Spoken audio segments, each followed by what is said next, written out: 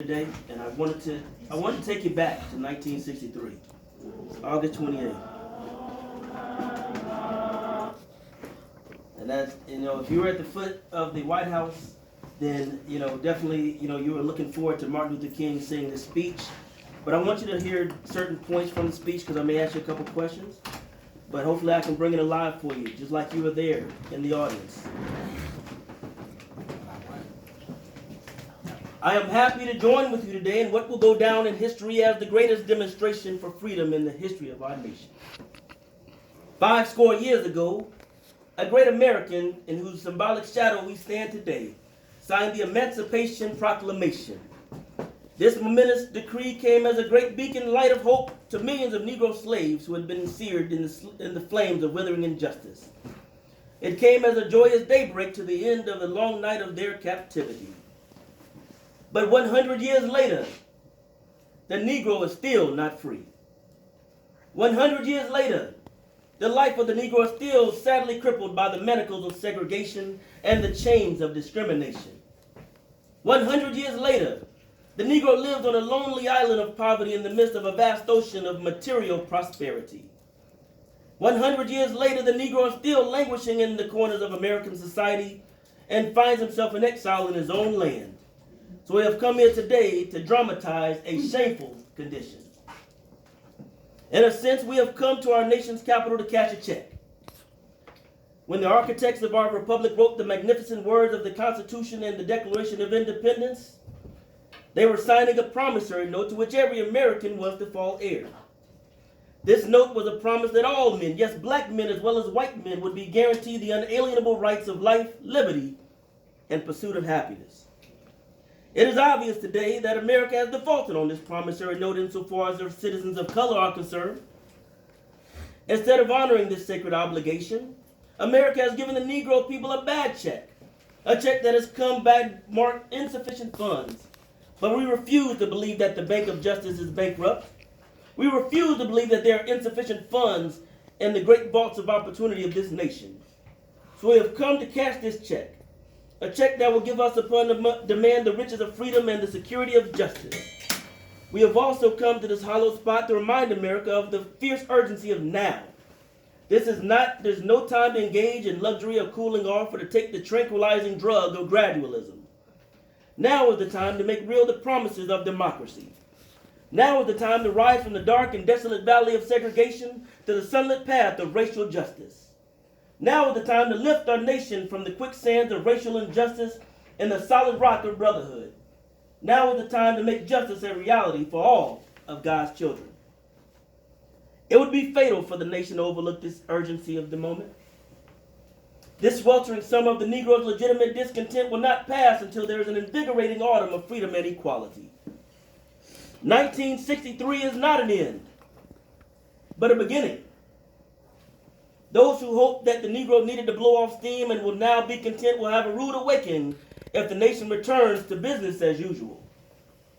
There will be neither rest nor tranquility in America until the Negro is granted his citizenship rights. The whirlwinds of revolt will continue to shake the foundations of our nation until the bright day of justice emerges. But there's something that I must say to my people who stand on the warm threshold which leads into the palace of justice. In the process of gaining our rightful place, we must not be guilty of wrongful deeds. Let us not seek to satisfy our thirst for freedom by drinking from the cup of bitterness and hatred. We must forever conduct our struggle on the high plains of dignity and discipline. We must not allow our creative protest to degenerate into physical violence.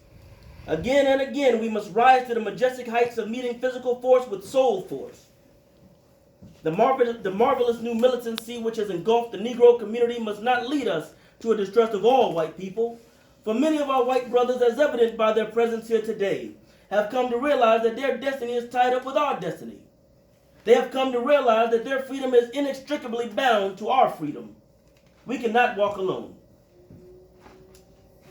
I'm not mindful that some of you have come out of here from great trials and tribulations. Some of you have come fresh from narrow jail cells. Some of you have come from areas where the quest for freedom left you battered by the storms of persecution and staggered by the winds of police brutality. You have been the veterans of creative suffering. Continue to work the faith that his unearned suffering is redemptive. Go back to Mississippi. Go back to Alabama. Go back to South Carolina. Go back to Georgia. Go back to Louisiana. Go back to the slums and ghettos of the northern cities, knowing that somehow this situation can and will be changed. Let us not wallow in the valley of despair. I say to you today, my friends, so even though we face the difficulties of today and tomorrow, I still have a dream. It is a dream deeply rooted in the American dream. I have a dream that one day this nation will rise up and live out the true meaning of its creed. We hold these truths to be self-evident, that all men are created equal. I have a dream that one day on the red hills of Georgia, the sons of former slaves and the sons of former slave owners will be able to sit down together at the table of brotherhood. I have a dream that one day even the state of Mississippi, a state sweltering with the heat of injustice, sweltering with the heat of oppression, will be transformed into an oasis of freedom and justice. I have a dream that my 4 little children will one day live in a nation where they will not be judged by the color of their skin, but by the content of their character. I have a dream today. I have a dream that one day down in Alabama with its vicious racists, with his governor having his lips dripping with the words of interposition and nullification, one day right there in Alabama, little black boys and black girls will be able to join hands with little white boys and white girls as sisters and brothers. I have a dream today. I have a dream that one day every valley shall be exalted, every hill and mountain shall be made low.